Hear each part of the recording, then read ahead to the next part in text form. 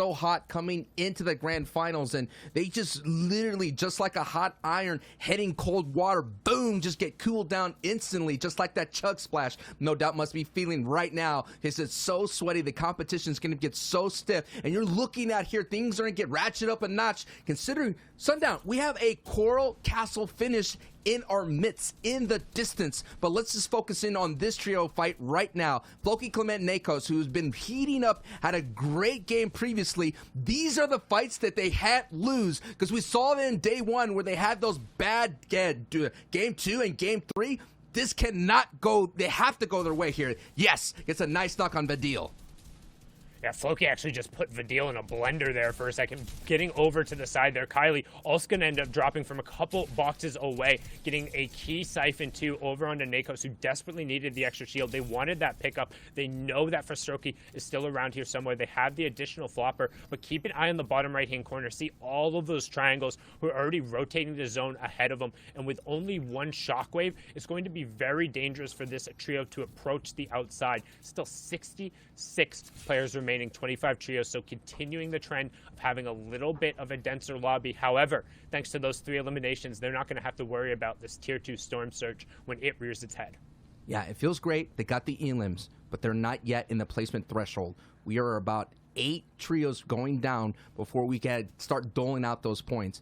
And this is the things they're already overcoming these engagement obstacles, but they're not out of the water yet. There's still some stormy skies ahead of them. Nakos, Floki, and Clemento are making their way up the board slowly and surely, but they're going to need like a big victory royale to catch the monstrous lead that Mongraal's trio has. And yes, look at the mini map. So much aquatic terrain to kind of navigate here, and that's going to be so interesting to see how it all goes down, as Nakos though does get a little bit of lobby focus, but that's what you got to do. You're going to have to shoot back and let the people know that are doing those window edits stop shooting at me.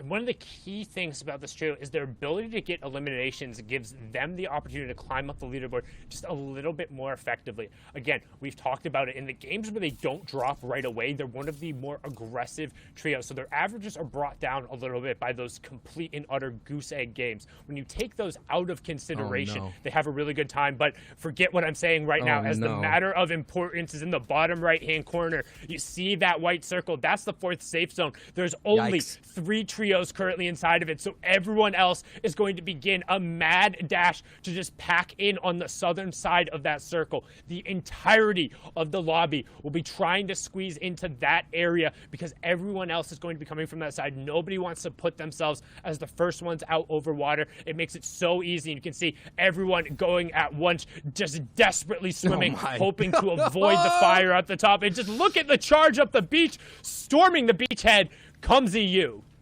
Oh my goodness, and we're seeing trios already going for height. Mongraal Mitro at height, and just behind them, looming in a distance, as Benzi trio. And they're kind of gambling in. If the circle goes their way and half in and half out, they're going to have a strong hold here. So Mongraal Mitro and TaySon here are just now beaming any kind of salmon trying to swim upstream. And they're going to be that bear that's going to feed on this entire rotation here. And look at the congestion that you're seeing here. Everybody, like you mentioned, Sundown, all trying to get on the beach as much as possible and hold on tight. And already there's only one trio that's kind of sitting up there, that pink one, and Floki. Oh no, Floki goes down. That engagement that took up the time is influencing them. It's hurting them on this rotation, Sundown.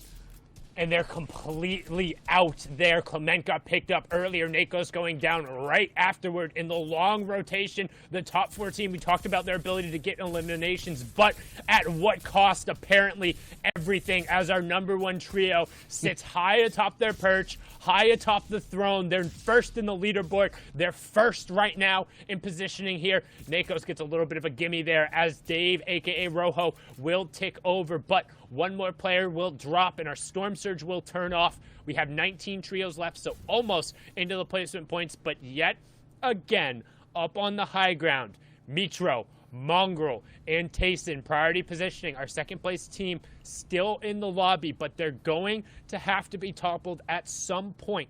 The clock is against everyone else, as Janice and Andalex are also without a squeeze. They're in a duo. However, luckily for everyone, the lobby is pulling completely away from that, with the little side note that we are going all the way over the water. So expect a ton of utility to be burnt here with only 3 trios having priority.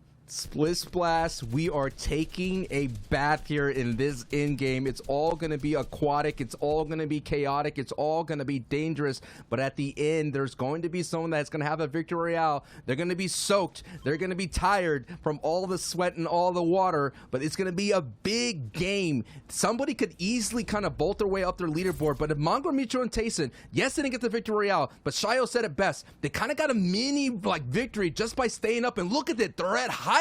This is going to be big considering everything's going to be over water. The low ground warriors are not going to have the ability to save their resources because they're going to have to build floors as well. Yeah, and we've talked about it too, the opportunities for when these trios could potentially be taken out, and that was it. However, the well-executed Shockwave, they didn't even need height. They just all needed to stay together. They said, Sundown, don't you know who we are? We've been on height nearly every single game, and it's going to have to be pried out of our eliminated bodies right now. As you can see, 3 eliminations, everyone still trying to pack on in, and again, placement points starting to get doled out, and as we keep an eye on the top of the leaderboard, every single placement point that TaySon, Mongraal, and Mitro get effectively nullifies the placement points everyone else is getting, because it doesn't matter if you get that point, they're getting it too. They'll continue to open up that lead, and unless somebody can knock them down off of this throne, it looks like it's going to continue to be a battle for second. As the 5th zone will close, we'll have our transition into the end game, and we're gonna head over to the Shark, baby. Yes, and now Cammy, that was a trio that was able to knock off Mongraal, Mitro, and TaySon with a shockwave play. That is the EU thing to do. No doubt, Mongraal, Mitro, and TaySon know how to kind of combat that. They know the defense, and they get a good spread, and there it is. They're going to beam all these people trying to go for it. They're already going to the tip of the nose of the shark. They're becoming the sharks of the region. We already have a rogue shark in NA East, the X-Set boys, and all that, but Mongraal, Mitro, and TaySon are being the alpha predators, the apex of right now in this EU region, and that is proof in the pudding considering they're sitting on top of the leaderboard and they're looking pretty and they're looking swaggish because right now TaySon picked up a knock in the feet, and we already seen this. Double E limbs comes from height. The E limb natality is strong with this trio. And you can see, have you ever just wanted a shark with a laser beam on top of its head? Well, this is the best you'll ever get. It's Mongraal up there with a legendary Stark infantry rifle, raining shots from above. We saw Savage go down in the feed. Lechy's going to pick up another Elim. Despite the fact that 17 players have dropped, not a single trio has gone down, so only 1 placement point doled out. And as I say that, they begin to tick over. Mongraal gets another elimination. 15 trios remaining, going to be forced over to the side. He's going to build back up. He needs to get over to the high ground and connect with this team, but they are doing a great job of executing this textbook high ground control, and it's going to be their match to close out. However, low on mats is Mongraal, but he says, don't matter, don't care. I got the AR I need in the Stark Industry Rifle, and he finds another elimination. We have our top 20 players, top 11 trios. And it's going to go back over water again. And it all is up to TaySon, the in-game leader, to kind of lead Mongraal and Mitro to the prime positioning with getting a knock on ZQ, getting them those angles that they need to send those beams down. We've already labeled these as one of the strongest players in the region with beams, and look at this, it's going to go off a waterfall, so the more elevation is going to go down and down. This is going to be crazy. This is intense. Coral Castle, and now we're going to take a peek just for a brief moment at what is going down in the chaos down below. We have the ultimate box fighter teams, Wolfie, CRR, and Kenzel sitting in 3rd place, trying to say, wait a minute, not so fast, Mongraal. We are going to contest you, and we are going to have a chance to win, but it's going to require a huge effort to dethrone the Kings on top, Sundown. And we still need to see them go down. However, Janus on his feet, despite Andalex being up to the 2nd place team, at least still getting up to 5th. That's what the top trios do the best in the game. They manage to find a way to eke out these placement points. We've talked about it, that Europe has kind of been the run of the Lone Ranger of the final moments. And if there isn't a trio hip to hip, then there's an opportunity for the clutches to come through. But right now, on the low ground, you have one of the most dangerous trios who is hip to hip, as Hen TaySon will go down there. Deceptos following in his feet right away will signal the end of that trio. But Wolfies is at the back of the storm. But at the end of the day, the story of EU, time and time again, E11 TaySon, the Chapter 2 Season 3 solo winner, Liquid Mitro and Mongraal on the high ground running it out. It's a 3v2. They have 11 eliminations, and at this point, it is a battle for second. There is no way, unless there is a monumental ruin,